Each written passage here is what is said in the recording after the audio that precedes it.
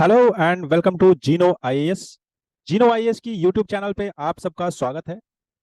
आप सब कैसे हैं? आप कैसी चल रही है आपकी तैयारी? और आप कितना उत्साहित है इस न्यूज़पेपर के एनालिसिस को देखने के लिए?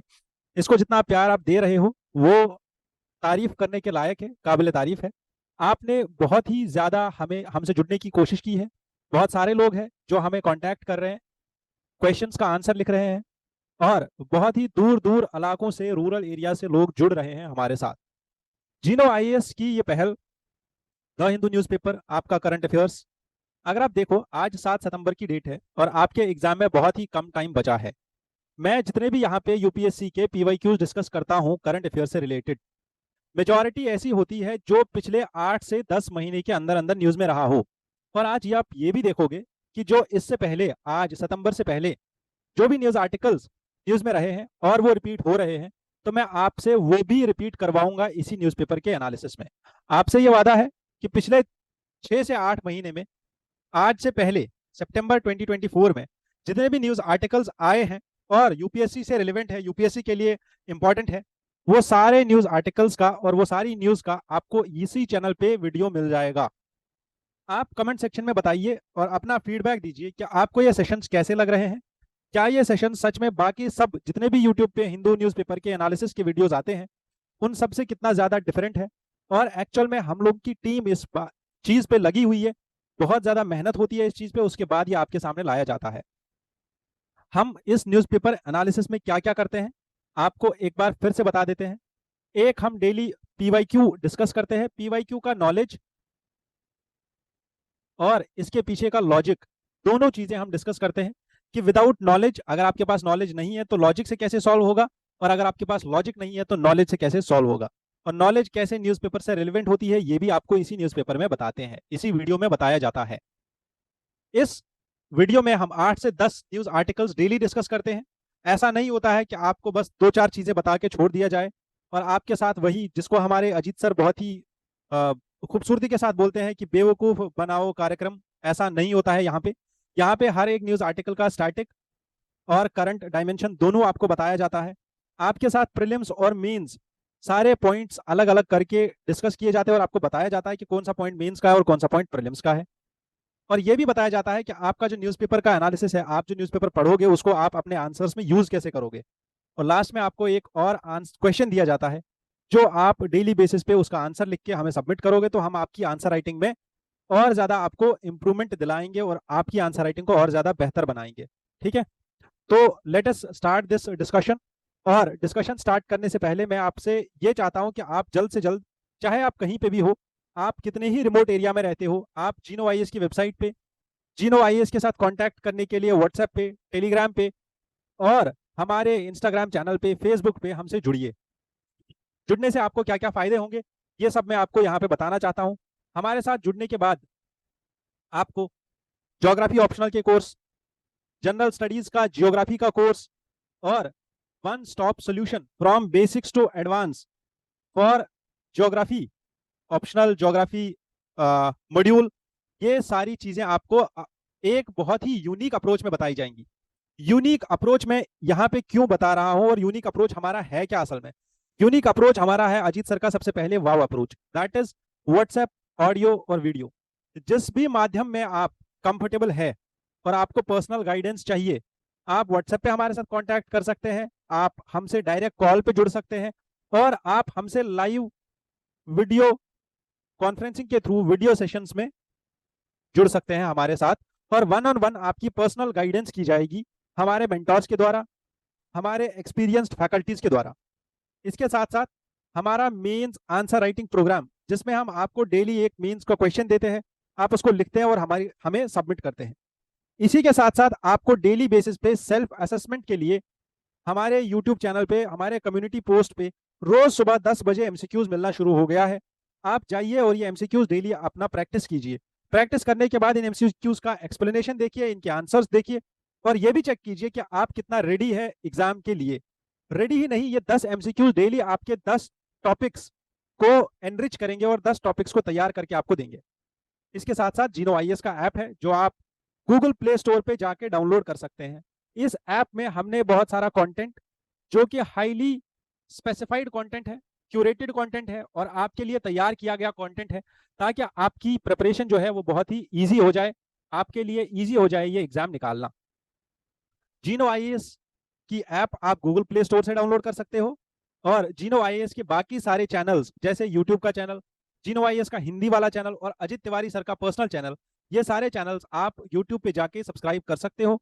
हमारे फेसबुक पेज पे हमें लाइक कीजिए और वहां पे भी देखिए कि कितना सारा कंटेंट और कितनी सारी वीडियोस हम आपके लिए लेते आ रहे हैं।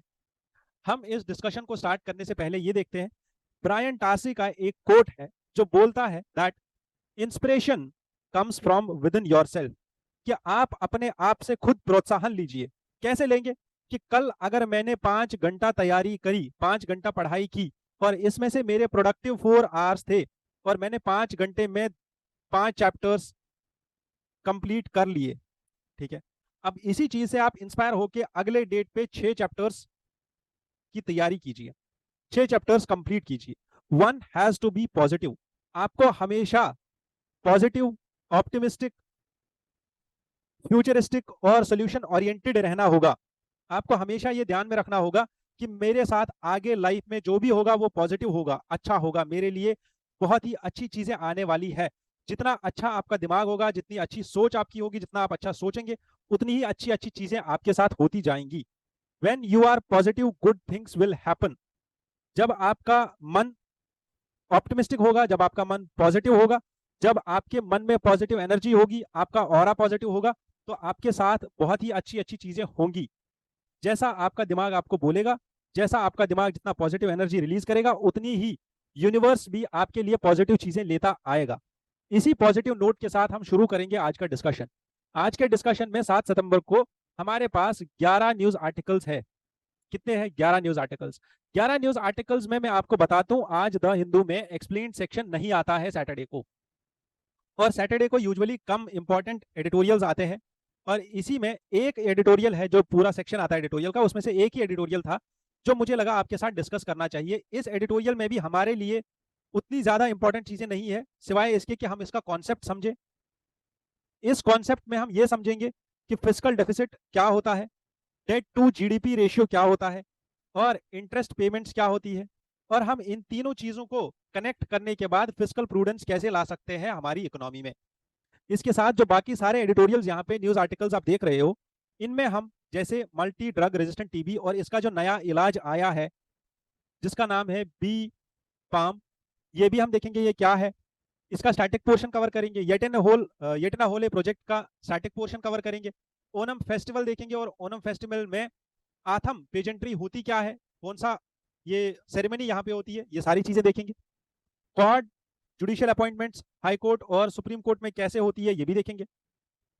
यहाँ पे एक इंपॉर्टेंट टॉपिक है, वो है वक्फ बिल का, और वक्फ बिल के साथ साथ हमारी आर्कियोलॉजिकल सर्वे ऑफ इंडिया, इन दोनों का आपस में क्या कॉन्फ्लिक्ट हो रहा है यहाँ पे जो न्यूज में आया है, ये भी देखेंगे। और वक्फ बिल के मेन प्रोविजंस क्या क्या है उसको भी रिवाइज करेंगे, क्योंकि वक्फ बिल पिछले 3 महीने से कंटिन्यूसली न्यूज में है। NTCA, that is national tiger conservation authority, ये क्या काम करती है, इंडिया और यूरोपियन यूनियन का आपस में कितना गहरा ताल्लुक है और कितनी गहरी रिलेशंस है, इनको समझेंगे। थालीनॉमिक्स का मतलब क्या होता है, और क्रिसिल जैसी रेटिंग एजेंसीज इंडिया की फिजिकल स्टेबिलिटी को कैसे रेट करती है। और लास्ट में हम देखेंगे गोल्ड मेडल पैरालंपिक्स पेरिस में, पेरिस के ओलंपिक्स में हमें फिर से ये गोल्ड मेडल मिला है, ये गोल्ड मेडल के बारे में क्या न्यूज आई है ये भी देखेंगे, ठीक है। आज का न्यूज डिस्कशन स्टार्ट करने से पहले हम यूपीएससी का एक क्वेश्चन पढ़ेंगे। ये जो क्वेश्चन है 2024 के प्रीलिम्स में आया था। 2024 का जो ये क्वेश्चन है ये बहुत ही सिंपल क्वेश्चन है। 2024 में 2 क्वेश्चंस आए थे स्कीम से। जो लोग आपको बोलते हैं ना कि गवर्नमेंट की स्कीम्स उतनी ज्यादा भी इंपॉर्टेंट नहीं होती है, मैं आपको बता दूं हर एक चीज इंपॉर्टेंट होती है, बट अगर आपको सही गाइड करने वाला इंसान हो तो, अदरवाइज कोई भी चीज इंपॉर्टेंट नहीं है फिर अगर आपको गाइड ना किया जाए ठीक से, ठीक है। अभी आप देखो कितना ईजी होता है, कल भी मैंने आपको एक एंड वाला लॉजिक बताया था, ठीक है, आज भी सेम एंड वाला लॉजिक बता रहा हूं। देखो एंड, ठीक है, family pension is applicable to spouse and unmarried daughters, ठीक है, एक तो ये स्पाउस के लिए है और अनमैरिड डॉटर्स के लिए है, ठीक है, समझ में आ रही है बात, एंड अनमैरिड डॉटर्स। अब ये डॉटर मैरिड हो अनमैरिड हो, यहाँ पे इसलिए लिखा गया है ताकि आप कंफ्यूज हो जाओ कि शादी करने के बाद बेटी जो है वो माँ बाप की जिम्मेदारी नहीं होती है, वो अपने हस्बैंड की जिम्मेदारी होती है। नहीं, हमारी बेटियां हमेशा एम्पावर होती है, वो अपनी जिम्मेदारी खुद उठाती है, वो इंडिपेंडेंट होती है। पहला स्टेटमेंट गलत। वाई? बिकॉज एंड से पहले वाला स्टेटमेंट करेक्ट है, एंड के बाद वाला स्टेटमेंट गलत है। जो मैंने कल के क्वेश्चन में भी आपको समझाया था यही हो रहा है। कल के क्वेश्चन में आज के क्वेश्चन में सेम चीज। 4 अगर आपका गलत हो गया तो आपका ए और डी हट गया। अब आपका आंसर होगा या तो बी या तो सी। अब बताओ बी या सी में मेन पॉइंट कौन सा है? 3। तीसरा पॉइंट क्या है? Each subscriber under the scheme shall receive a minimum pension of 3000 per month after attaining the age of 60 years. मुझे एक चीज बताओ, अगर आप कल को ऑफिसर बन गए और आपके पास ऐसे ही कुछ लोग आ गए, पेंशन से रिलेटेड उनका डिस्प्यूट हुआ, तो आपको क्या गवर्नमेंट की स्कीम का प्रोविजन नहीं पता होना चाहिए? गवर्नमेंट की स्कीम के प्रावधान आपको बिल्कुल याद होने चाहिए। जब भी आपको गवर्नमेंट की स्कीम का एक प्रोविजन पूछा जाए वो याद होना चाहिए। मेन बेसिक ऑब्जेक्टिव जो इसका अल्टीमेट एम है वो याद होना जरूरी है। ठीक है, तो तीसरा स्टेटमेंट यहाँ पे करेक्ट है। As specific contribution shall be made by the beneficiary, ये भी ठीक है। अब पहले क्वेश्चन में, पहले स्टेटमेंट में 21 साल और 40 साल लिखा है, यहाँ पे 18 साल से लेके 40 साल का एक्चुअल में प्रोविजन है। ठीक है, बस नॉलेज और लॉजिक दोनों को मिला के ये क्वेश्चन सॉल्व हो सकता था। आंसर होगा बी, दैट इज 2 and 3। ठीक है, 1 तो पहले ही गलत हो गया था, 4 के साथ जिधर 1 है उधर खत्म। हमारे पास बस 2 और 3 का मेन मुद्दा था कि 2 ओनली आएगा या 2 and 3 आएगा। आंसर बी है। इस स्कीम से रिलेटेड कुछ और पॉइंट्स हैं जो आप यहाँ पे पढ़ सकते हो। किन किन लोगों के लिए ये स्कीम है? ये बेसिकली ओल्ड एज प्रोटेक्शन के लिए, सोशल सिक्योरिटी के लिए। किन की? अनऑर्गेनाइज्ड वर्कर्स की। वो अनऑर्गेनाइज्ड वर्कर्स जिनकी इनकम मंथली 15,000 रुपए की होगी। 18 से 40 साल के लोग इसमें ज्वाइन कर सकते हैं आराम से। ठीक है, इनकी इनकम 15 साल या 15 साल से कम, ये 15,000 या 15,000 से कम होनी चाहिए, उससे ज्यादा नहीं होनी चाहिए। ठीक है, चलो let us begin with the discussion of the Hindu newspaper. आज का पहला न्यूज है टीबी से रिलेटेड। और टीबी से रिलेटेड न्यूज समझने से पहले मैं आपसे ये जानना चाहता हूं कि क्या आपको पता है कि इंडिया टीबी रिपोर्ट 2024 आया है। और ये जो रिपोर्ट है, ये एज पर दिस रिपोर्ट जो हमारे टीबी के केसेस है, दे हैव डिक्लाइंड फ्रॉम 28 पर लाख टू 23 पर लाख पॉपुलेशन। कि टीबी जो है हमारे यहाँ कम होता जा रहा है। क्यों कम हो रहा है? क्यों? हाँ, क्योंकि हमने बहुत सारे स्टेप्स लिए हैं टीबी को कम करने के लिए, टीबी को खत्म करने के लिए। क्यों हम स्टेप्स ले रहे हैं टीबी को खत्म करने के लिए? क्योंकि 2025 में हमें इसको एलिमिनेट करना है। इंडिया में को 2025 तक टीबी को टोटली एलिमिनेट करना है। जबकि वर्ल्ड लेवल पे जो टारगेट है वो है 2030 को, कि 2030 में वर्ल्ड लेवल पे ये एलिमिनेट होना चाहिए। ये डब्ल्यूएचओ का टारगेट है। सस्टेनेबल डेवलपमेंट गोल्स के अंदर जो टारगेट है दैट इज 2030 में ये खत्म होना चाहिए। बल्कि इंडिया का जो टारगेट है दैट इज 2025। देखो कैसे ये रेलेवेंट है। यहाँ पे सेम चीज डिस्कस की जा रही है, बट यहाँ पे इंडिया टीबी रिपोर्ट नहीं लिखी गई है। ये इंडिया टीबी रिपोर्ट के हिसाब से ये चीज चल रही है। ठीक, अब टीबी को खत्म करने के लिए सबसे इंपॉर्टेंट चीज है, एक तो हो गया हमारा एक्टिव टीबी, दूसरा है लेटेंट टीबी, जो डिटेक्ट करना भी बहुत मुश्किल होता है। टीबी के केसेस हमारे पास बहुत सारे हैं। ठीक है, अगर आप इंडिया टीबी रिपोर्ट की हाइलाइट्स देखो तो जो ट्रेंड है हमारे पास nearly there are around 25 lakh cases which have been reported in 2023। 25.5 lakh cases have been reported. ठीक है, और अगर आप देखो तो 1.9 लाख केसेस ऐसे हैं जो प्राइवेट सेक्टर ने रिपोर्ट करके दिए हैं हमें, जो प्राइवेट सेक्टर से हमारे पास आए हैं। And if you estimate total, तो एस्टिमेट हमारा टीबी का इंसिडेंस ऐसा है कि 2023 में, 2023 में TB will increase slightly to 27.8 lakh cases. ठीक है, इतने केसेस हमारे पास 2023 में होने वाले थे। जबकि टीबी से मरने वाले, टीबी की मोर्टेलिटी हमारे यहाँ कम हो गई है। इतना बोलना है हमारा जो इंडिया टीबी रिपोर्ट है इसका। क्यों ऐसा हो रहा है? क्या चैलेंजेस आ रहे हैं हमें कि 2025 तक हम टीबी को खत्म नहीं कर पा रहे हैं, जो कि हमारा गोल है 2025 तक इसको खत्म करना है।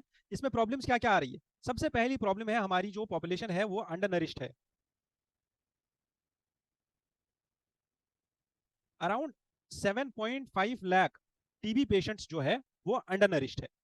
और इनका नरिशमेंट इंक्रीज करने के लिए हम एक प्रोग्राम लेके आए थे जिसका नाम था Nikshay Mitra, Nikshay Mitra programme, which calls for donation. ठीक है, और यहाँ पे होता क्या है कि गवर्नमेंट जो है वो मंथली सपोर्ट देती है 500 रुपए का इन लोगों को जो टीबी की वजह से और टीबी के पेशेंट से और माल नरिश्ड है। इसके साथ साथ हमारे यहाँ एचआईवी का प्रेवेलेंस बहुत ज्यादा है, 20 times higher than the developing symptoms of TB.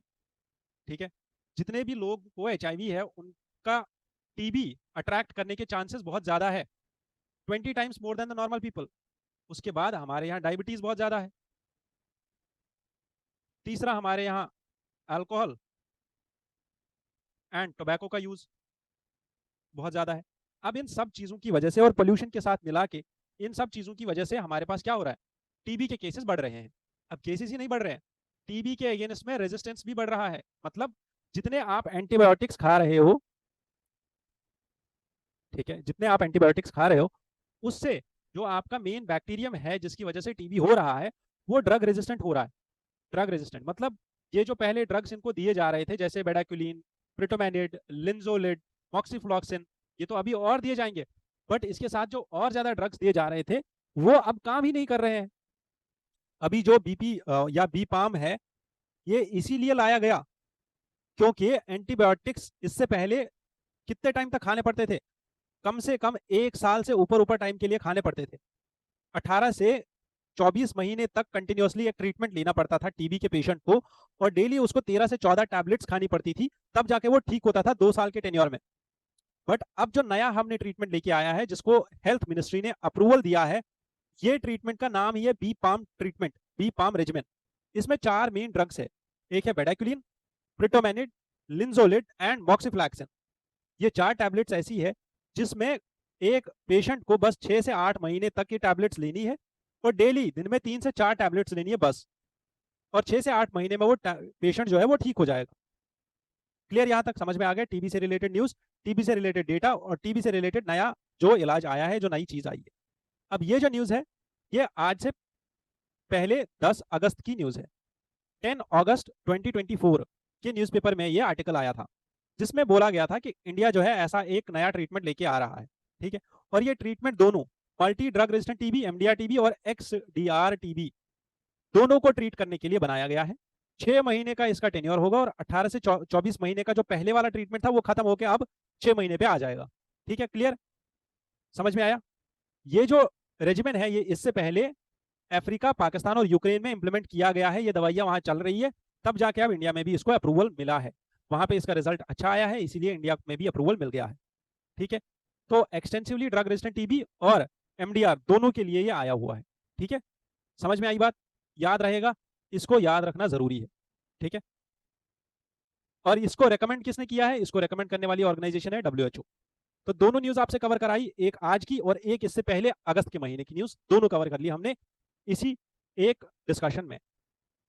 Next जो हमारा प्रोजेक्ट है ये तो इसी से रिलेटेड थोड़ी बहुत न्यूज है, उतना ज्यादा इंपॉर्टेंट नहीं है। हाँ, हमें ये याद रखना है कि ये जो बेडाक्यूलिन, डेलमेनिड और प्रिटोमेनिड है ये फेज 3 जब टीबी का होता है क्लिनिकल डेवलपमेंट में तब दिया जाता है, उससे पहले नहीं। नेक्स्ट प्रोजेक्ट है हमारा येटनाहोले प्रोजेक्ट। येटनाहोले प्रोजेक्ट कर्नाटका में है और यहाँ पे बोला जा रहा है दैट येटनाहोले प्रोजेक्ट जो है ये पानी सप्लाई करेगा किसको? जितने भी मोर ड्राई एरियाज है इनको ये पानी सप्लाई करेगा। कर्नाटका गवर्नमेंट विल इंश्योर कि जो कोलार, चिकबल्लापुर और हसन, तुमकुर, कोलार, चिकबल्लापुर और बेंगलुरु, का रूरल एरिया, ठीक है, और रामनगर डिस्ट्रिक्ट, जो ये डिस्ट्रिक्ट्स है ये अभी फेस कर रहे हैं वाटर क्राइसिस को। अब इन्हीं डिस्ट्रिक्ट्स की ड्रिंकिंग वाटर सप्लाई को बहाल करने के लिए, अच्छा करने के लिए ये येटनाहोले प्रोजेक्ट बनाया जा रहा है। येटनाहोले प्रोजेक्ट 8 डैम्स का एक प्रोजेक्ट है, छोटे छोटे डैम्स है, बहुत सारे रीजन्स में है, कहीं पे 1 है कहीं पे 2 है। जैसे येटनाहोले प्रोजेक्ट, येटनाहोले जो जगह है कर्नाटका में, यहाँ पे 2 डैम्स है छोटे छोटे। वैसे ही इसके साथ साथ अगर आप देखो तो इस प्रोजेक्ट में करीहोले में 1 डैम है, कुडमनेहोले में 2 डैम्स है, वैसे ही और भी बहुत सारे डैम्स है जो हमें याद रखने की जरूरत नहीं है। ठीक है, किस किस डिस्ट्रिक्ट को ये हेल्प करेगा और कितने डैम्स है? यहाँ पे 1 डैम नहीं है, 8 डैम्स है और ये वाटर सप्लाई के लिए मेनली है। ठीक है, ये जो पानी है यहाँ से ये जाएगा रिवर चैनल्स में। कौन सी रिवर चैनल्स में? वो कुछ रिवर्स है, छोटे छोटे रिवर्स जो नंदी दुर्ग वाले रीजन से होके गुजरेंगी। बस इतनी सी इंफॉर्मेशन है जो आपको याद रखनी। अब बात करते हैं ओनम फेस्टिवल की, जो कि बहुत ही इंपॉर्टेंट फेस्टिवल है और इसको हम बोलते हैं ये हार्वेस्ट फेस्टिवल है,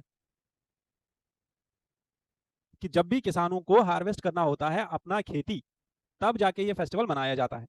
ये Onam festival Hindu rice harvest festival है जो केरला में मनाया जाता है।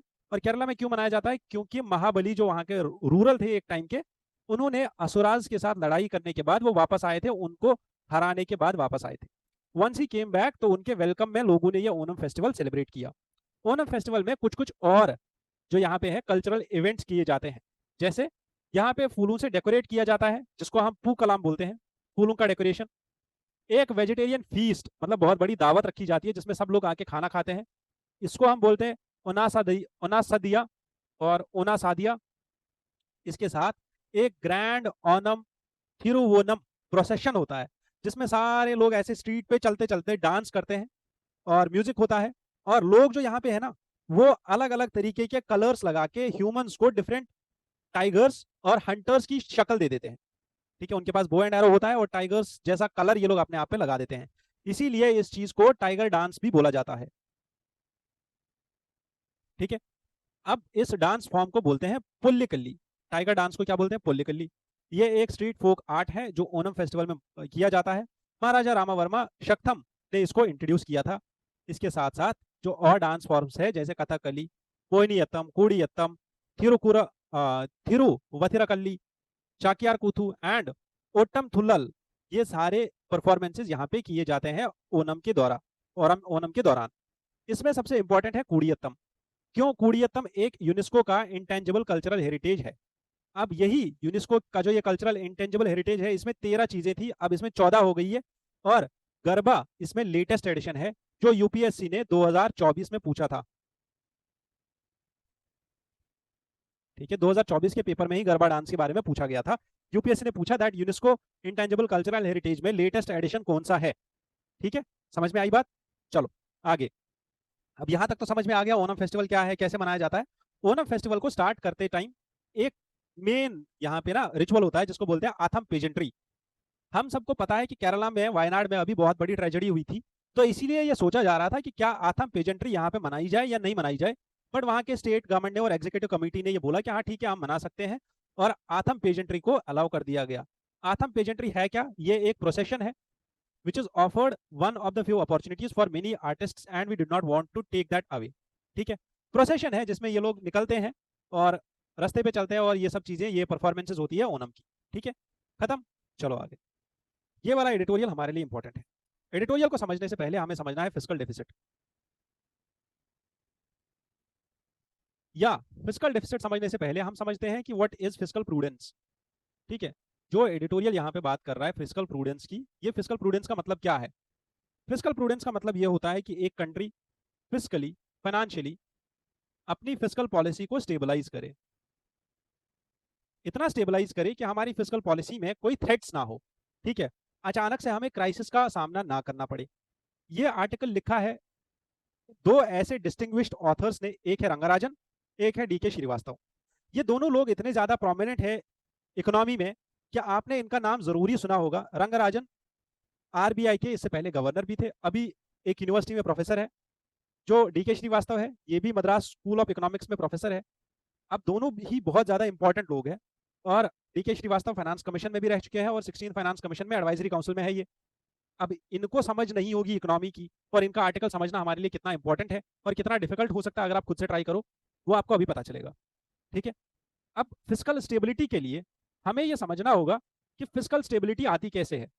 फिस्कल स्टेबिलिटी ऐसे आती है कि आपके पास जो एक्सपेंडिचर है, जैसे अगर आपके पास, मैं बताऊं अभी कि आपकी जेब में, आपके अकाउंट में 2000 रुपए है, बट अर्जेंट बेसिस पे आपको 10,000 रुपए की जरूरत है, तो आपके पास 8,000 रुपए कम पड़ रहे हैं।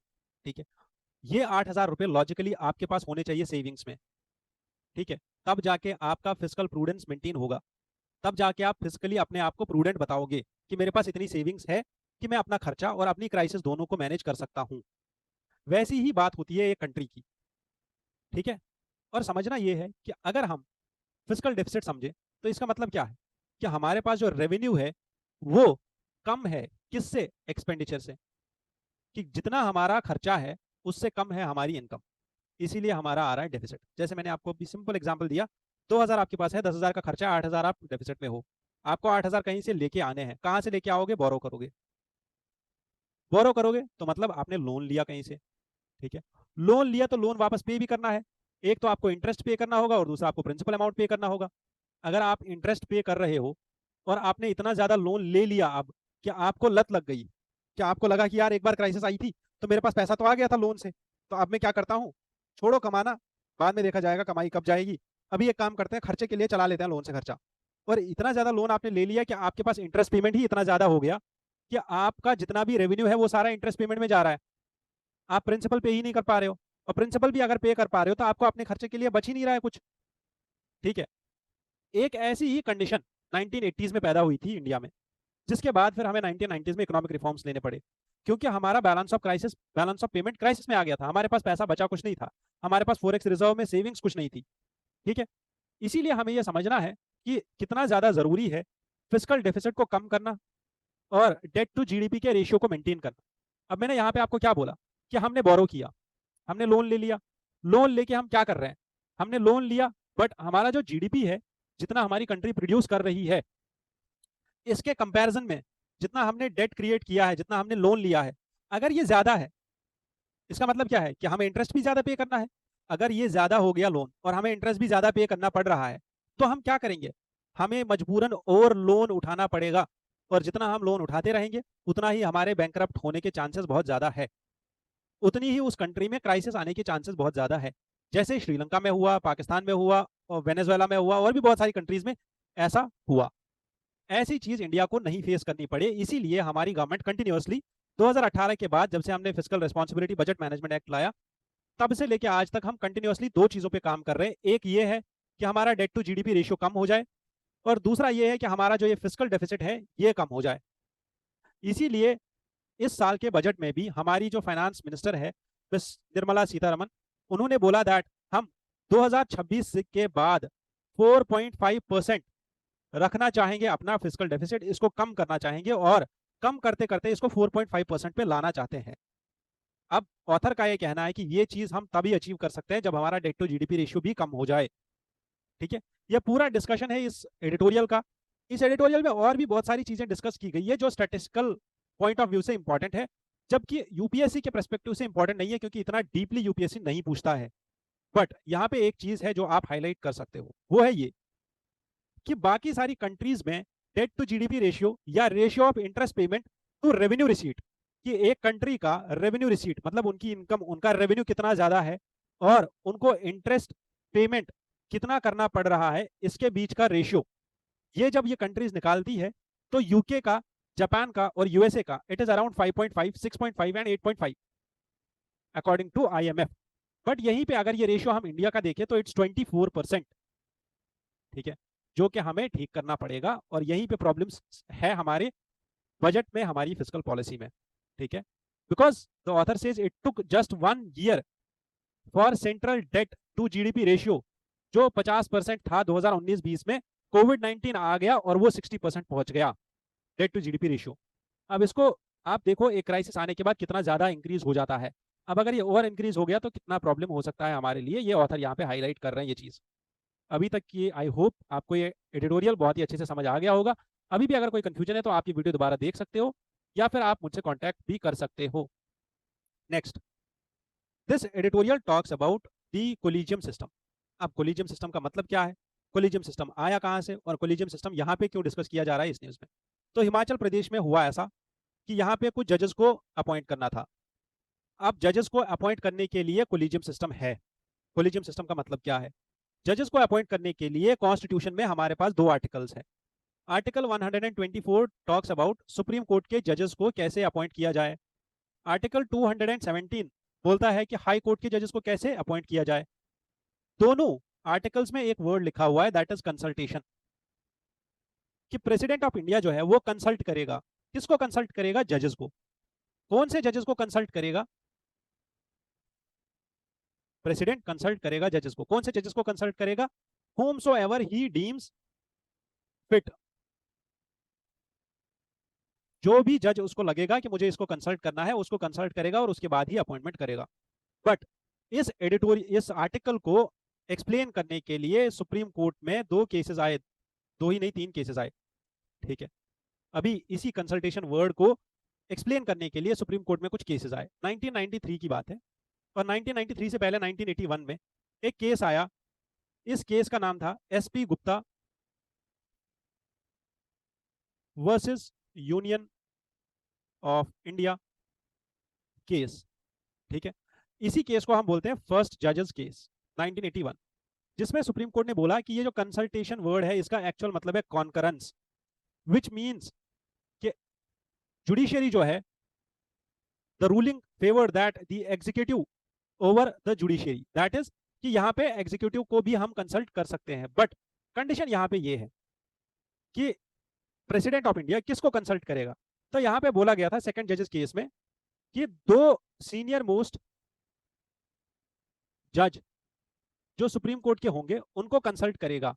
कॉन्करेंस का मतलब क्या है कि कॉन्करेंस इज, जब तक कंसल्ट नहीं करेगा, it should be the advice of this collegium which will be binding on the president, according to that advice only the appointment should happen. अब कॉन्करेंस तो समझ में आ गया, ठीक है, that consultation actually means concurrence, ये सुप्रीम कोर्ट ने बोला। और सुप्रीम कोर्ट ने ये भी बोला that chief justice of India की प्राइमेसी होनी चाहिए इस कोलिजियम सिस्टम में। दो जजेस आ गए, दो सीनियर मोस्ट जजेस आ गए इस कोलिजियम सिस्टम में। फिर सुप्रीम कोर्ट ने थर्ड जजेस केस में ये बोला गया दैट जो ये कोलिजियम है ये दो जजेस का नहीं बल्कि 5 जजेस का होगा, जिसमें 4 will be the senior most जजेस and 1 will be the chief justice of India. ये जो बॉडी होगी यही एडवाइस करेगी प्रेसिडेंट ऑफ इंडिया को, और प्रेसिडेंट ऑफ इंडिया को एडवाइस करने के बाद फिर प्रेसिडेंट ऑफ इंडिया जो है चीफ जस्टिस या जो सुप्रीम कोर्ट के जजेस होंगे उनको अपॉइंट करेंगे as per the advice which is tendered by the collegium of supreme court. अब यहां तक बात हो गई 1998 की, ठीक है। 1998 के बाद 2014 में हमारा पार्लियामेंट लेके आता है, पार्लियामेंट ने लेके आया एनजैक, that is national judicial appointments commission bill और एक्ट 2014, जिसमें बोला गया कि ये जो कोलिजियम है इसमें एग्जीक्यूटिव का भी पार्ट होना चाहिए, ठीक है, इसमें एग्जीक्यूटिव भी होना चाहिए इस अपॉइंटमेंट में। But supreme court of India ने ये बोला दैट ये जो एग्जीक्यूटिव की बात की जा रही है यहाँ पे, या जो ये अपॉइंटमेंट्स कमीशन है, ये जुडिशियरी की इंडिपेंडेंस को हैम्पर कर रहा है या उसको डिक्रीज कर रहा है, जो एक्चुअल में हैम्पर कर रही है कॉन्स्टिट्यूशन के बेसिक स्ट्रक्चर को। और इस बेसिस पे सुप्रीम कोर्ट ने इसको नल एंड वॉइड करार देके इस एक्ट को खत्म कर दिया। और आज की डेट में भी हमारे पास कोलिजियम सिस्टम में वही 5 जजेस है जो एक्चुअल में अपॉइंटमेंट करते हैं, और अपॉइंटमेंट नहीं करते, अपॉइंटमेंट के लिए एडवाइस देते हैं, ठीक है। यहां तक क्लियर हो गया। और अभी भी ये 5 जजेस का कोलिजियम है। अब सेम कोलिजियम हाई कोर्ट में भी होता है, ठीक है, समझो इस चीज को, सेम कोलिजियम हाई कोर्ट में भी होता है। हाई कोर्ट में भी it should not be only the advice of chief justice of high court, ठीक है, बल्कि ये एडवाइस कोलिजियम की एडवाइस होनी चाहिए, ऐसा बोला है सुप्रीम कोर्ट ऑफ इंडिया ने। क्यों बोला ऐसा? क्योंकि सुप्रीम कोर्ट ऑफ इंडिया एक केस डिस्कस कर रहा था जो हिमाचल प्रदेश का केस था, जहां पे हाईकोर्ट के जज ने, हाईकोर्ट के चीफ जस्टिस ने ये बोला था, कुछ जजेस को अपॉइंट करने के लिए, उनको एलिवेट करने के लिए उन्होंने सजेशन दी थी प्रेसिडेंट ऑफ इंडिया को, और वो अपॉइंट हो गए थे, ठीक है। क्लियर कट यहां तक समझ में आ गई बात कि कोलिजियम सिस्टम असल में आया कैसे, क्यों हुआ और क्या हुआ, ये सब चीजें हमने समझ ली, और इन सब चीजों को याद रखना जरूरी है हमारे लिए, ठीक है। आर्टिकल्स भी समझ में आ गए होंगे। तो अब हम चलते हैं दूसरे हमारे आर्टिकल पे। ये आर्टिकल हमारा क्वाड लीडर से है। क्वाड का ओरिजिन एक्चुअल में 2007 में हुआ था। 2007 में आसियान समिट हो रही थी, और आसियान समिट के चलते हुए यहाँ पे शिंजो आबे ने, जो कि उस टाइम जापान के प्राइम मिनिस्टर थे, इन्होंने बोला दैट हमें एक क्वाड जैसा ऑर्गेनाइजेशन बनाना चाहिए, क्वाड जैसी ग्रुपिंग बनानी चाहिए। उन्होंने ये आइडिया दिया, और उसके बाद 2012 में फिर जापानीज प्राइम मिनिस्टर ने दोबारा से बोला दैट हमें एक डेमोक्रेटिक सिक्योरिटी डायमंड बनाना चाहिए, और इस डेमोक्रेटिक सिक्योरिटी डायमंड में यूएसए, जापान, इंडिया और ऑस्ट्रेलिया होगा, ऐसा इन्होंने आइडिया दिया। और इसके बाद 2017 में once again he confronted China, and once again the 4 nations revitalized the goals of Quad, और इन्होंने बोला कि अब जो है क्वाड का एस्टैब्लिशमेंट होगा। और 2017 में पहली बार इन्होंने क्वाड टॉक्स हेल्ड करी, और क्वाड टॉक्स हुई। कहाँ पे हुई? ये मनीला में हुई, ये पहली बार हुआ था। और मनीला में एक्चुअल में हो क्या रहा था, वहां पे फिर से वही आसियान समिट हो रही थी, और उसी आसियान समिट के चलते हुए यहाँ पे इन्होंने क्वाड टॉक्स करी 2017 में। 2017 के बाद 2020 में पहली बार मलाबार एक्सरसाइज होती है, और मलाबार एक्सरसाइज एक ट्राइलेटरल एक्सरसाइज थी जिसमें इंडिया, यूएसए और जापान ने पार्टिसिपेट किया। और उसके बाद जो कॉन्सिक्वेंटली 2021-2022 में एक्सरसाइजेस हुई उसमें ऑस्ट्रेलिया ने भी पार्ट लिया, और 2020 में ही इन्होंने, जो इससे पहले मलाबार होती थी उसमें 3 होते थे, USA, Japan and India, but 2020 में इन्होंने मलाबार एक्सरसाइज में ऑस्ट्रेलिया को भी इंक्लूड कर लिया, क्योंकि ऑस्ट्रेलिया ऑलरेडी इस क्वाड टॉक्स का पार्ट बन गया था। तो 2020 से मलाबार एक्सरसाइज में 4 लोग आने लग गए, 4 कंट्रीज आने लग गई। 2021 में एक वर्चुअल समिट होती है जिसमें एक जॉइंट डिक्लेरेशन और जॉइंट स्टेटमेंट पब्लिश होता है जिसका नाम है द स्पिरिट ऑफ क्वाड, जो क्वाड के मेजर ऑब्जेक्टिव्स को डिफाइन करता है। ठीक है, क्वाड एक ग्रुप है लूज ग्रुप है ये, जिसका नो फॉर्मल अलायंस, ना ही इसका कोई डिसीजन मेकिंग बॉडी है जैसे यूनाइटेड नेशंस या नेटो की डिसीजन मेकिंग बॉडी होती है, वैसा इसका कुछ नहीं है। इसका कोई फॉर्मल स्ट्रक्चर नहीं है, इसका कोई सेक्रेटरीट नहीं है, एंड अलायंस जो है ये पूरी की पूरी जो क्वाड की समिट होती है ये बस समिट लेवल पे होती है ताकि इंफॉर्मेशन को एक्सचेंज किया जाए। अब यहां तक हमने क्वाड समझा, आप समझते हैं कि अभी न्यूज में क्यों आया है, क्योंकि क्वाड की जो नेक्स्ट मीटिंग है वो 2021 में हुआ क्या था। असल में 2021 में क्वाड को लीडरशिप समिट का दर्जा दिया गया था। ठीक है, और इसमें इन नेशंस के लीडर्स आके मिलेंगे ऐसा बोला गया था। 2021 के बाद 2022 और 23 में क्वाड का समिट हुआ, और 2024 में अब इंडिया पहली बार ये समिट होस्ट करने वाला था इंडिया में। ठीक है, क्वाड का समिट होने वाला था इंडिया में, बट एक्चुअल में हो क्या रहा है, एक स्पेशल मीटिंग हो रही है यूनाइटेड नेशंस की, जो हो रही है यूनाइटेड स्टेट्स में, यूएसए में। अब इन्होंने डिसाइड किया कि क्वाड की जो समिट है वो भी यूएसए में ही कर लेंगे हम लोग, क्वाड की जो ये मीटिंग है वो यूएसए में ही कर लेंगे। और यूएसए में ये मीटिंग या तो न्यूयॉर्क में होगी, या तो रेहो बीच या रेहोबोथ बीच है एक जगह डेलवेयर में, वहां पे होगी। डेलवेयर, रेहोबोथ, और आई गेस रेहोबोथ बीच है ये, रेहोबोथ बीच है ये डेलवेयर में, जहां पे ये मीटिंग करने का फैसला लिया गया है। इस मीटिंग का प्राइम एजेंडा ये सब चीजें हैं, इंपॉर्टेंट नहीं है ये सब चीजें याद रखना, क्यों? क्योंकि शायद ऐसा हो सकता है कि इस मीटिंग में बहुत ही कम इंपॉर्टेंट चीजें डिस्कस की जाए, क्योंकि दोनों, जापान के प्राइम मिनिस्टर फूमियो किशिदा और यूएसए के प्रेसिडेंट दैट इज दी जो बाइडन, दोनों देश अगले कुछ महीनों में इलेक्शन के रिजल्ट आने वाले हैं और उनके यहाँ इलेक्शन होने वाले हैं, और उसके बाद ये दोनों जो है, होपफुली अगर ये दोनों चले गए या अगर नहीं भी चले गए तब आगे की सोची जाएगी। अभी जो है यही लग रहा है कि दोनों चले जाने वाले हैं, क्योंकि बाइडन ने ऑलरेडी अनाउंस कर दिया है कि वो प्रेसिडेंशियल इलेक्शन के कैंपेनिंग में नहीं है, अब he is not a candidate to presidential election now. तो बाइडन तो चला गया, अब बाइडन के बाद फूमियो किशिडा बचा, वो भी चला गया। अब जो नए प्राइम मिनिस्टर्स आएंगे, नए जो हेड ऑफ स्टेट आ जाएंगे, उनके साथ मीटिंग होगी, वो अलग कहानी है। यहाँ पे जो प्राइम चीज हमें याद रखनी है वो ये है, इंडिया हम समिट होस्ट करने वाला था, जो कि समिट अब होगी यूएसए में। कहाँ पे होगी? इस जगह पे होगी, जो जगह हमारे लिए इंपॉर्टेंट है। बस, खत्म, चलो आगे। यूनाइटेड नेशंस एक्चुअली में एक यूएन समिट ऑफ फ्यूचर होने वाली है, जो यहाँ न्यूयॉर्क में हो रही है, वहीं पे ये समिट भी होगी और वहीं पे यूएन जनरल असेंबली भी हो रही है। यूएन जनरल असेंबली और यूएन समिट ऑफ फ्यूचर, इससे पहले ये लोग यहाँ पे मिलने वाले हैं। एक स्पेशल समिट होने वाला है यूएन का यूएसए में, वहीं पे ये लोग सब मिलेंगे। चलो, next editorial talks about the Waqf. ठीक है, वक्फ के बारे में बहुत सारे आर्टिकल्स आए थे पिछले महीने, इसीलिए मैंने सोचा कि मैं आपके साथ ये डिस्कस करूं कि वक्फ एक्चुअल में है क्या, वक्फ क्यों होता है, और वक्फ से रिलेटेड अभी बिल कौन सी आई है। तो वक्फ एक्ट हमारा आया था 1954 में। वक्फ एक्ट एक्चुअल में क्यों आया था? जब से हमारे यहाँ इस्लामिक इन्वेजन्स हुए, ठीक है, और जब से यहाँ इस्लामिक रूल स्टार्ट हुआ, स्टार्टिंग फ्रॉम द दिल्ली सल्तनत से पहले, तब से लेके आज तक इस कंट्री में मुस्लिम्स है। ठीक है, हमारी कंट्री में मुस्लिम्स है। अब मुस्लिम्स की एक चीप प्रैक्टिस होती है, वो है डोनेशन। ठीक है, ये लोग डोनेट कर देते हैं, और डोनेट किसके नाम पे कर देते हैं? ऊपर वाले के नाम पे। अब ये जो डोनेशन है, ये डोनेशन किसी एक बॉडी के पास चला जाता है, और वो बॉडी डोनेशन का, जैसे हमारे पास हमारे मंदिरों में टेम्पल ट्रस्ट होता है, वैसे ही इनके पास वक्फ होता है। ठीक है, अब ये वक्फ क्या है? वक्फ का वक्फ एक अरबिक वर्ड है, इसका असल में मतलब ये है डोनेट कर देना, वक्फ कर देना, छोड़ दिया, दे दिया, ऊपर वाले के लिए दे दिया, डोनेट कर दिया। अब ये जो वक्फ बोर्ड है, ये इस डोनेशन को मैनेज करता है। ठीक है, ये वक्फ बोर्ड क्यों बनाया गया और 1954 में ये एक्ट क्यों आया? क्योंकि इससे पहले जब यहाँ पे मुस्लिम रूल था तो स्टेट खुद देख रहा था, जितने भी यहाँ पे रूलर्स थे, इस्लामिक रूलर्स थे, उन्होंने खुद इसके लिए बॉडीज बनाई, इसके लिए ऑफिस बनाए, इसके लिए कुछ लोगों को डिजिग्नेट कर दिया, और वो लोग ये वक्फ एक्ट जो है, ये जो ये वक्फ की गई प्रॉपर्टी होती थी, उसको मैनेज करते थे। 1954 के एक्ट ने वक्फ बोर्ड बनाया और बोला कि जो ये वक्फ बोर्ड होता है, ये इस सारी प्रॉपर्टी का सोल हकदार होगा और इसी के पास ये प्रॉपर्टी रहेगी, और ये प्रॉपर्टी को मैनेज करने वाला यही वक्फ होगा। आज की डेट में वक्फ के पास, जो इंडिया में वक्फ बोर्ड है, इसके पास थर्ड लार्जेस्ट ओनरशिप है प्रॉपर्टीज की।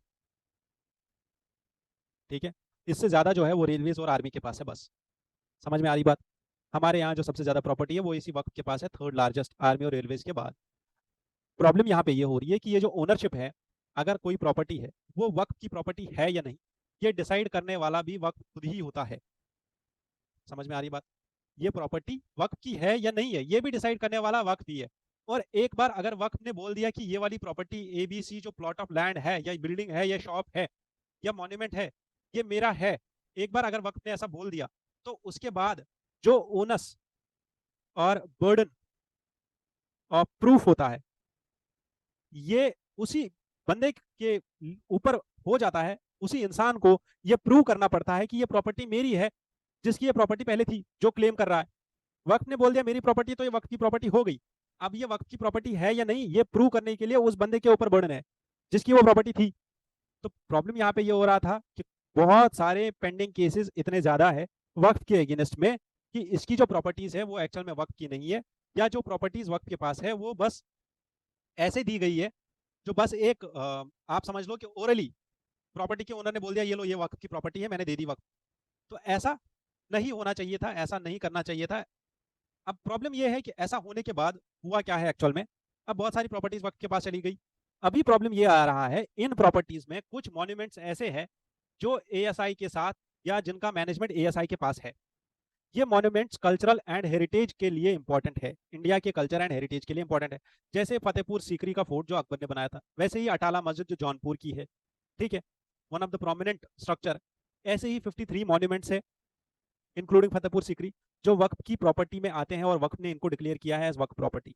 बट प्रॉब्लम ये है कि वक्फ का यहाँ पे इंटरवेंशन है, और वक्फ यहाँ पे कर क्या रहा है, कुछ मस्जिदों के साथ और कुछ ऐसे मॉन्यूमेंट्स के साथ ये वक्फ यहाँ पे कुछ शॉप्स बना रहे हैं, कुछ और बिल्डिंग्स बना रहे हैं, और कुछ ऐसे फिक्सचर्स क्रिएट कर रहे हैं जो ASI के परमिशन के बगैर ही ये लोग कर रहे हैं। ठीक है, क्योंकि वक्फ को लगता है उसकी प्रॉपर्टी है, और ASI ने यहाँ पे क्लेम किया है कि ये प्रॉपर्टी वक्फ की नहीं है, इनको ये छोड़ना चाहिए, ये क्लेम ASI का है, और ASI को यहाँ पे मैनेज करना चाहिए खुद से। क्यों?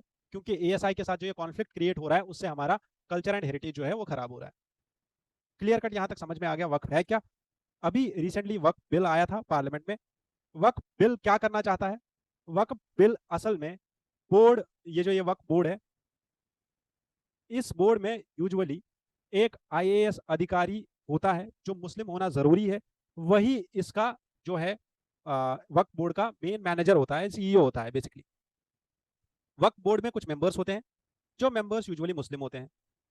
ठीक है, बट यहाँ पे जो अभी वक्फ बिल आई है 2024 की, और जो अभी ज्वाइंट कमेटी बनी हुई है जो इस वक्फ बिल को देख रही है और वक्फ बिल के रिलेटेड जितने भी पिटिशन या पब्लिक सजेशंस आ रहे हैं उनको देख रही है, वो वक्फ बिल में एक्चुअल में कुछ प्रोविजंस ऐसे लाए गए हैं जैसे कि इस बोर्ड में नॉन मुस्लिम्स भी होंगे, इनका पार्टिसिपेशन भी होगा, और इसमें यह भी बोला गया है कि वुमेन पार्टिसिपेशन भी होना चाहिए इस वक्फ बोर्ड में। ठीक है, तो कुछ ऐसे प्रोविजंस है जो यहाँ पे ऑपोजिशन ने बोला था कि यह कंटेंशन में है, और प्रोटेस्ट किया था बहुत सारे मुस्लिम ऑर्गेनाइजेशंस ने इसके अगेंस्ट में, इसीलिए यह बिल अभी कंसिडरेशन में है। अभी ये बिल पास नहीं हुआ है, हमारे लिए इंपॉर्टेंट है कि हम इसका स्टैटिक पहले समझे, जब ये बिल पास होगा तब इसका और ज्यादा डिटेल्ड एनालिसिस करेंगे। ये वाला एडिटोरियल या ये वाली जो न्यूज है यहाँ पे हमारे लिए इंपॉर्टेंट है NTCA, national tiger conservation authority. National tiger conservation authority NTCA 2005 में बनाई गई थी। ठीक है, 2005 में ये क्यों बनाई गई थी? क्योंकि section 38L, section 38L sub clause 1 of wild life protection act 1972 ऐसा बोलता है कि हमें कुछ प्रोविजंस लेने होंगे जिससे हम एक पर्टिकुलर टास्क फोर्स बनाए, किसके लिए? वाइल्ड लाइफ कंजर्वेशन के लिए। तो इसी के चलते पहली बार यहाँ पे टाइगर टास्क फोर्स बनाया गया था, और ये कन्वर्ट हुआ लास्ट में NTCA के ऊपर, और इन्होंने ये रिकमेंडेशन दिया कि NTCA बनाना जरूरी है। टाइगर टास्क फोर्स यहाँ पे बनाया गया था, और टाइगर टास्क फोर्स ने रिकमेंड किया था कि NTCA बनाना जरूरी है। NTCA बन गया, और NTCA एक स्टैट्यूटरी अथॉरिटी है। NTCA एक्चुअल में पूरा प्रोटेक्शन ऑफ टाइगर्स और प्रोटेक्शन के रिलेटेड जितने भी मेजर्स लिए जाते हैं उनको एडमिनिस्टर करता है। एनटीसीए में एनटीसीए का जो चीफ चेयरपर्सन होता है, एनटीसीए का चेयरपर्सन होता है minister of environment and forest, minister of environment and forest.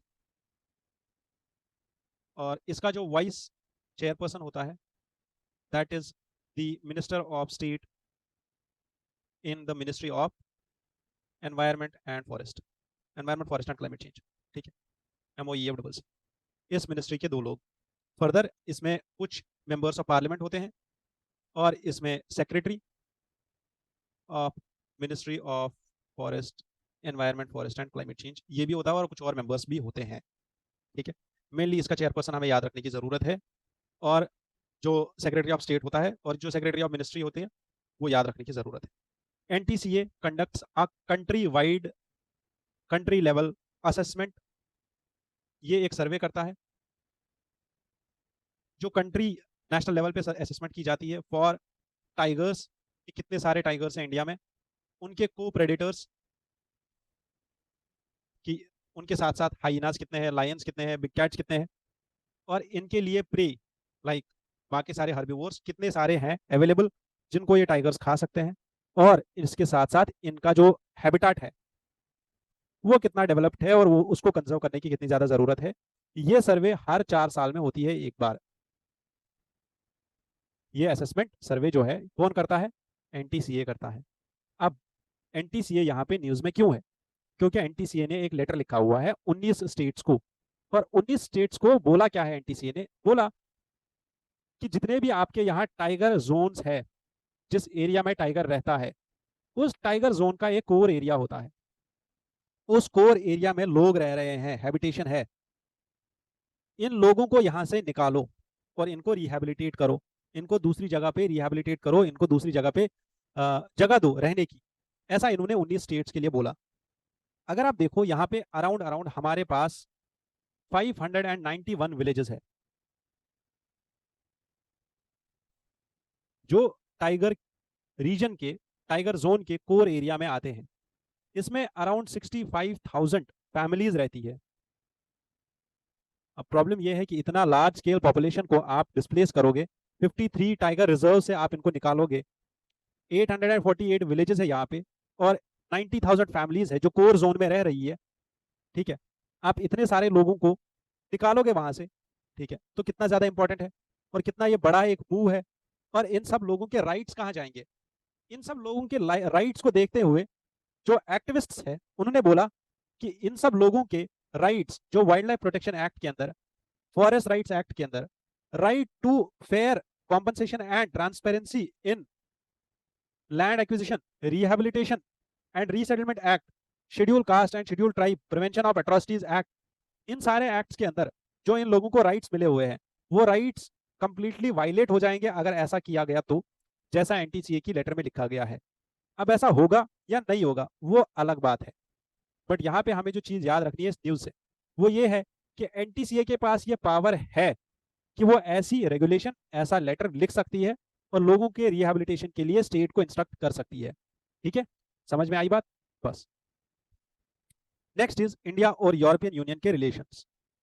देखो इस न्यूज आर्टिकल में ये लिखा हुआ है दैट इंडिया और यूरोपियन यूनियन के जो रिलेशंस है वो हम लोग इंप्रूव करना चाहते हैं। किस लेवल पे? मिलिट्री लेवल पे। अब वहां के मिलिट्री पर्सनल और यहाँ के मिलिट्री पर्सनल को आपस में इंफॉर्मेशन शेयर करनी है, कुछ जॉइंट ऑपरेशंस करने हैं, कुछ एक्सरसाइजेस करने हैं, जिसकी वजह से हमारे जो मिलिट्री ऑफिसर्स हैं वो एक दूसरे के साथ जो है अपने स्किल्स, अपना एक्सपीरियंस शेयर करें। ठीक है, जब इनके आपस में स्ट्रॉन्ग टाइज हो जाएंगे तो ये शेयर करेंगे जैसे फ्रेंड्स करते हैं वैसी। बस हमें इतना समझना है इस न्यूज से। एक्चुअल में अगर कोई चीज हमें समझनी है वो है इंडिया और यूरोपियन यूनियन के रिलेशंस। ठीक है, अगर आप देखो यूरोपियन यूनियन एक्चुअल में बना कैसे, तो it was early in 1990s। ठीक है, that relations between India and European union actually started strengthening. ठीक है, क्योंकि इंडिया इस टाइम पे पार्ट बना था 1990s में लिबरलाइजेशन, प्राइवेटाइजेशन एंड ग्लोबलाइजेशन के रिफॉर्म्स का, और यूरोपियन यूनियन ने बोला था कि हम एक्सपैंड करके इंडिया की मेंबरशिप के साथ, इंडिया के साथ कोऑपरेशन करना स्टार्ट करेंगे। और 1994 में पहली बार ऐसा हुआ था कि दो कंट्रीज ने आपस में एक कोऑपरेशन अग्रीमेंट साइन किया था, ठीक है, for basis of strategic partnership. और पहली समिट 2000 में फर्स्ट इंडिया ईयू समिट हुई थी, ठीक है, और हमने एक जॉइंट एक्शन प्लान साइन किया था 2005 में।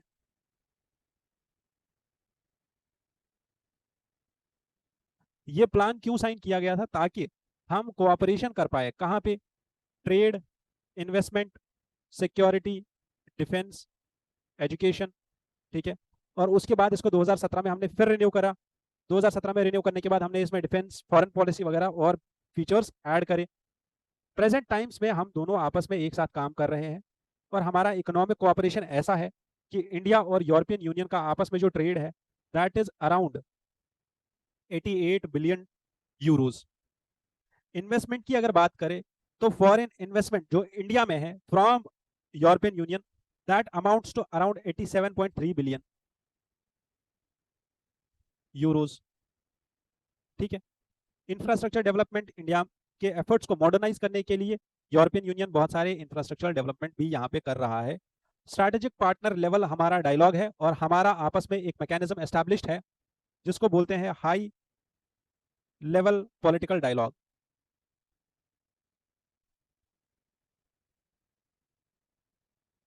ठीक है। और हम कोऑपरेट कर रहे हैं किस चीज पे? Cooperation on terrorism, cyber security and climate change. यहाँ पे दोनों साइड्स में जॉइंटली हेल्ड कॉन्फ्रेंसेस होती है टू कॉम्बैट टेररिज्म।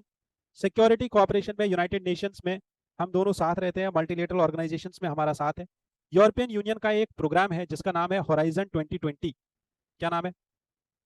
होराइजन 2020, जो यूरोपियन यूनियन का प्रोग्राम है इंडिया के साथ। किस लिए है ये प्रोग्राम? ताकि हम साइंटिफिक रिसर्च एंड इनोवेशन को इम्प्रोवाइज करें इंडिया में। कल्चरल एंड एजुकेशन से रिलेटेड यूरोपियन यूनियन का एक प्रोग्राम चलता है जिसका नाम है एरास्मस प्लस। और मल्टीलेटरल कोऑपरेशन के लिए हमारे पास WTO है जहां पे हम दोनों पार्टनर्स हैं, जहां पे हम दोनों का पार्टनरशिप है और जहां पे हम यूरोपियन यूनियन और इंडिया दोनों मेंबर्स है WTO की, ठीक है। यहां तक समझ में आ गया कुछ चीजें? डन। चलो आगे चलते हैं और आगे समझते हैं कि क्रिसिल या रेटिंग एजेंसीज क्या होती है। रेटिंग एजेंसीज, जैसे अगर आपके पास डिलीवरी आइटम आता है और आपसे डिलीवरी बॉय बोलता है कि सर रेटिंग दे देना, तो आप क्या देखते हो कि इसका बिहेवियर कैसा था, ये फास्ट डिलीवरी करा या नहीं करा, इसने डिले कर दिया, इसको एड्रेस जल्दी मिला नहीं मिला, इसका बात करने का तरीका कैसा था, आपका जो प्रोडक्ट आया है वो कहीं खराब तो नहीं करके लाया है, या इसने खाना आधे रास्ते में ही तो नहीं खा लिया है, ठीक है। ये सब चीजें आप देखते हो कि सब चीजें अच्छी है तो आप इसको 5 स्टार रेटिंग दे देते हो।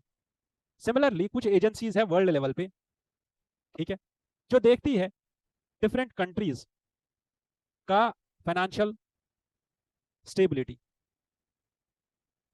और इनकी मार्केट स्टेबिलिटी, कि ये लोग मार्केट में कितने ज्यादा स्टेबल है। ये दोनों पैरामीटर्स, 2-4 पैरामीटर्स चेक करते हैं, जैसे एनपीए कितना है, इन्फ्लेशन कितना है, लोन कितना है, डेट टू जीडीपी रेशियो कितना है। ये सब चीजें एनालाइज करने के बाद ये ऑर्गेनाइजेशंस कंट्रीज को रेट करती है। इन्हीं ऑर्गेनाइजेशंस में एक ऑर्गेनाइजेशन है क्रिसिल, ठीक है, दिस इज रेटिंग एजेंसी। इसके साथ साथ there are other rating agencies like ICRA, that is investment information and credit rating agency of India limited. CARE है, credit analysis and research. ONICRA, ONICRA, that is Onida individual credit rating agency of India. Fitch India है। ये कुछ rating agencies हैं जो credit के नाम पे यहाँ पे एनालाइज करती है कि इंडिया में क्रेडिट का एनवायरनमेंट कैसा है, कि अगर आप किसी को कर्जा दो तो एनपीए होने के चांसेस कितने हैं, वापस आने के चांसेस कितने हैं, लोन देने के चांसेस कितने हैं, कोई इंसान कितनी बार डिफॉल्ट कर चुका है, वहां से लोन वापस आने के चांसेस कितने हैं। तो ये सब पैरामीटर्स को कंसिडर करके एक इंसान को रेट करते हैं। आपने सिबिल स्कोर सुना होगा, दैट आपका क्रेडिट स्कोर कितना है, कि आपको how much likely is this that you will get an easy loan from the market, that is determined by your CIBIL score, ठीक है। तो इसी एक ऑर्गेनाइजेशन ने इंडिया में स्टार्ट किया कि ये इंडिया में चेक कर रही है फूड कॉस्टिंग को, और फूड कॉस्टिंग के बेसिस पे ये एक food plate cost tracker issue करती है, ठीक है। ये पब्लिश होता है फूड प्लेट कॉस्ट ट्रैकर। अब इस ट्रैकर में क्या पता चलता है हमें कि फूड कॉस्ट कितना इंक्रीज हो रहा है और कितना डिक्रीज हो रहा है इंडिया में। समझ में आई बात? बस इतना ही हमें याद रखना है। बाकी जो यहाँ पे परसेंटेज नंबर्स दिए हुए हैं वो हमारे लिए नहीं है, वो बस न्यूज़ के लिए है। न्यूज़ हमने समझ ली, बस इतना काफ़ी है। लास्ट में गूगल के अगेंस्ट में एक केस चल रहा है, एंटी कॉम्पिटिटिव केस। ये जो एंटी कॉम्पिटिटिव प्रैक्टिसेस गूगल कर रहा है, इससे रिलेटेड गूगल का एक मोनोपोलिस्ट केस यूएसए में भी चल रहा है। बेसिकली हो क्या रहा है, गूगल कुछ एंटी कॉम्पिटिटिव प्रैक्टिसेस कर रहा है। एंटी कॉम्पिटिटिव प्रैक्टिसेस मतलब, जैसे मैं आपको एक सिंपल एग्जांपल दूं, आप अगर स्मार्टफोन खरीदते हैं, उस स्मार्टफोन पे सबसे पहले गूगल इंस्टॉल होता है खुद से ही, जिसको हम गूगल प्री इंस्टॉलेशन बोलते हैं। ठीक है, अब ये आपका प्री डिफॉल्ट और डिफॉल्ट ब्राउजर बना हुआ है, ठीक है, जिससे गूगल बाकी सारे सर्च इंजन को कंपटीशन से हटा दे रहा है और अपने लिए एक मोनोपोलिस्ट मार्केट क्रिएट कर रहा है। क्लियर? अब इसी चीज को बहुत सारे केसेस में लेके आ रहे हैं। यूएसए में भी एक केस चल रहा है गूगल के अगेंस्ट में, और अभी यूके में भी एक केस चल रहा था गूगल के अगेंस्ट में। आपको बस समझना है मोनोपोली क्या होती है। मोनोपोली होती है कि जब आप मार्केट से अपने कंपटीशन को हटा दो, जब कॉम्पिटिटिव मार्केट ना रहे और एक कंपनी के पास सारा यूजर बेस चला जाए, अब वो इल प्रैक्टिसेस यूज करे या ट्रूली वो मोनोपोलिस्ट हो। जैसे मैं अगर आपको बताऊं कि हमारे पास डिफेंस के आइटम्स को प्रोड्यूस करने के लिए बहुत सारी ऑर्गेनाइजेशंस होती है, बट इंडिया में खरीदने वाली बस एक ही ऑर्गेनाइजेशन है, दैट इज गवर्नमेंट इटसेल्फ। ठीक है, तो गवर्नमेंट यहाँ पे परचेज कर रही है and government is the sole purchaser of all of this. ठीक है, वैसे ही रेलवेज में कुछ टाइम पहले तक Indian railways was the monopolist, जो आपको रेलवे सर्विसेज दे रहा था। इसी को मोनोपोली बोलते हैं, इसी को मोनोपोलिस्ट मार्केट बोलते हैं। होप आपको समझ में आ गया होगा। लास्ट में हमें ये याद रखना है दैट हमारे जो हाई जंपर, जिनका नाम है Praveen Kumar, he has scored and achieved a gold medal in Paris. ठीक है, और उन्होंने पेरिस में हमारे लिए 6th गोल्ड मेडल लेके आए इंडिया के लिए, इतना याद रखना है। ये नोएडा बॉर्न है, इनने T64 कैटेगरी में वहां पे परफॉर्म किया था और वहां पे उन्होंने गोल्ड जीत के यहाँ आए। बस इतना याद रखना है, प्रवीण कुमार नाम है इनका। डन, बस। With this I wish you all the best. Thank you for joining in here at जीनो आईएएस। आपको जितने भी डाउट्स हैं आपकी पढ़ाई से रिलेटेड, उसके लिए हमारे पास आपके लिए मेंटोर्स की एक टीम बैठी हुई है। आप हमें हमारे दिए गए नंबर्स टेलीग्राम चैनल्स पे कनेक्ट करो। आपकी आंसर राइटिंग प्रैक्टिस, आपकी डेली स्ट्रैटेजी, हर एक चीज को हम डील करेंगे। आपको शॉर्ट नोट्स कैसे बनाने हैं वो भी आपको सिखाया जाएगा, आपको आंसर्स कैसे लिखने हैं वो भी सिखाया जाएगा, न्यूज़पेपर कैसे पढ़ना है ये तो आप सीख ही रहे हो इन वीडियो से, और आपको यूपीएससी के पीवाईक्यूज को कैसे एनालाइज करना है वो भी सिखाया जाएगा। इसके साथ साथ आपको फाउंडेशन जरूरत है या नहीं जरूरत है, या आपका कौन सा कंपोनेंट वीक है, वो सब चीजें भी आपको बताई जाएंगी आपके पूरे जितना भी आपका प्रिपरेशन है आज तक का, उसको एनालाइज करने के बाद। जुड़िए हमारे साथ, हमारे मेंटोर्स के साथ, और फ्रीली अपने लिए एक मेंटोर, एक डेडिकेटेड पर्सनल मेंटोर अवेल कीजिए। उससे आपकी प्रिपरेशन बहुत ही तेजी के साथ आगे बढ़ेगी। भले आप अपने घर में अपने माँ की हाथ की रोटी खा रहे हो, वहां पे बैठ के भी आपको आपका मेंटर ऑनलाइन इतनी तेजी के साथ तैयारी कराएगा कि आपका 2025 का जो अटेम्प्ट है वो एक सक्सेस में क्रिएट हो सकता है। मैं आपसे अलविदा लेना चाहूंगा। जय हिंद, जय भारत।